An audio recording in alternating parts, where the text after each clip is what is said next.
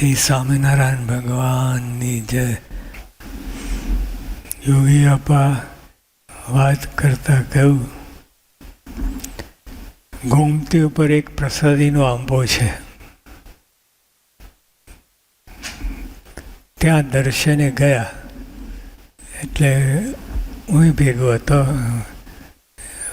યોગી આપા બધા મંડળ સહિત ત્યાં ગયા અને આંબો પ્રસાદીનું છે એની પ્રદક્ષિણા કરી, 5 પ્રદક્ષિણા કરી અને પછી બોલ્યા,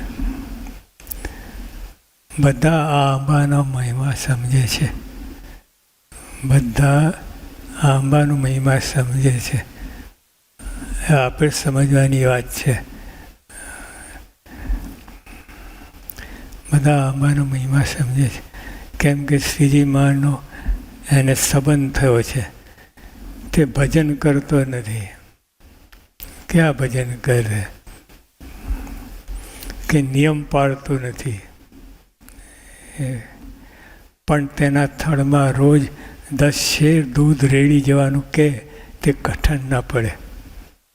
સ્વામીએ આજ્ઞા કરી કે આ આંબાને રોજ 10 શેર દૂધ પાવાનું, તે કઠણ ના પડે, જરાય કઠણ ના પડે. ઉઠતા બીજા 10 જણને વાત કરે કે સ્વામી મને આવી આજ્ઞા કરી છે, પણ તેના થાળમાં રોજ 10. પણ એક ભક્તને 1 પ્યાલો પાવાનું કહે તો તે ના થાય.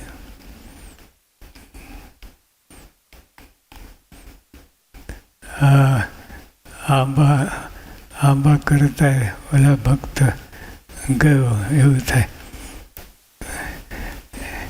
એમાં નજર જ ના પડે, આપણે દ્રષ્ટિ જ ના પડે, તુજ ગણી કાઢી. પણ એ ભજન કરે છે, મારા ફેરે છે, સેવા કરે છે, બધું કરે છે, પણ એનો મહિમા ના હોય. પણ એક ભક્તને પ્યાલું પાવાનું કે ના, માટે દરેકનો મહિમા સમજો, દરેકનો મહિમા આ રીતે સમજો. જ્ઞાન શીખ્યા વિના સેવા કરી હોય તે જમા થાય નહીં. એમને તો બધા તમે ટેપ રેકોર્ડર ચડાવી દો તો એ બક્યા જ કરે. એટલે જ્ઞાન શીખ્યા વિના તમે સમજીને બધું કરો છો તો એનું ફળ મળે, નહીં તો ના મળે. યોગી આપા વાત કરે, યોગી તો મહિમાની મૂર્તિ હતા, પણ તો આ સૂક્ષ્મ વાતો પણ જાણબાર નહોતો. અને તેમના સ્વદ્વારા આ બધા હરિભક્તો છે. એમ મહિમા સમજો. પછી જો બીજી રીતે આ ભક્તોને કાઢી નાખવાના નથી, કેમ કે એ સંબંધવાળા છે. એ સંબંધમાં આ વિવેક રાખીને જેમ છે એમ સમજવું અને વિવેક રાખીને હવે ઉપરની બધી ક્રિયા પણ કરવાની છે. એમ સમજ્યા વિનાનું બધું ઉપરથી ડખો પડતા કે સમજે નહીં તો ખેંચી થાય, તાણાતાણી થાય. અને આ જગતમાં બધું આખું આવું જ ચાલે છે.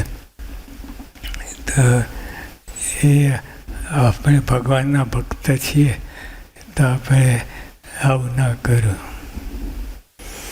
અને એમ સમજીએ છીએ કે મહારાજ જમા કરે છે. સમજીને બધું કરીએ તો મહારાજ જમા કરે છે.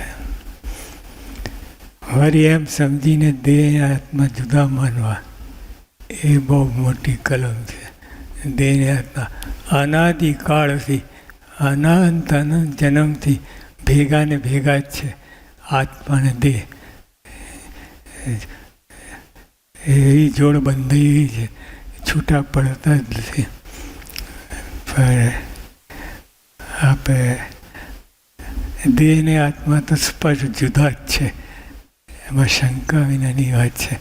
કેમ કે કોઈ માણસ માદો હોય અને ઠેઠ અણી આવી ગયો હોય, 1 સેકન્ડની વાર હોય, પણ તે વખતે એને આત્મા નીકળી જાઓ તો એક કોળીનો કોઈ પૂછે નહીં, કોઈ બધા જ એમ થાય કે આ ગયો એટલે પાછો આવવાનો નથી, એવા મનમાં ભાવ ઉઠે. એટલે દેહ ને આત્મા નોખા છે. અને આ જ આખું આ વચનામૃત સ્વામીની વાતો બધા જે આપણા બધા ગ્રંથો આ જ વાત કરે છે કે દેહ ને આત્મા નોખા છે. આ સ્પષ્ટ સમજવાનું, અને સમજાવવા માટે ગ્રંથો રચ્યા છે. પણ દેહ ને આત્મા એટલા એવા ભેગા થઈ ગયા છે કે ના પૂછો વાત. પણ આપણા સંતો અને આ ખાસ કરીને શાસ્ત્રીમાં યોગીમાં પ્રમુખ મહારાજ એ ખાસ એના પર ભાર મૂકીને કે એમના કેટલી વાર એમના ઉપદેશોમાં આવે છે કે દેહને આત્મા નોખા છે. તો એના ઉપર આપણે જવું તો કંઈક સાર્થક થાય. સહજાનંદ સ્વામી મહારાજની છે.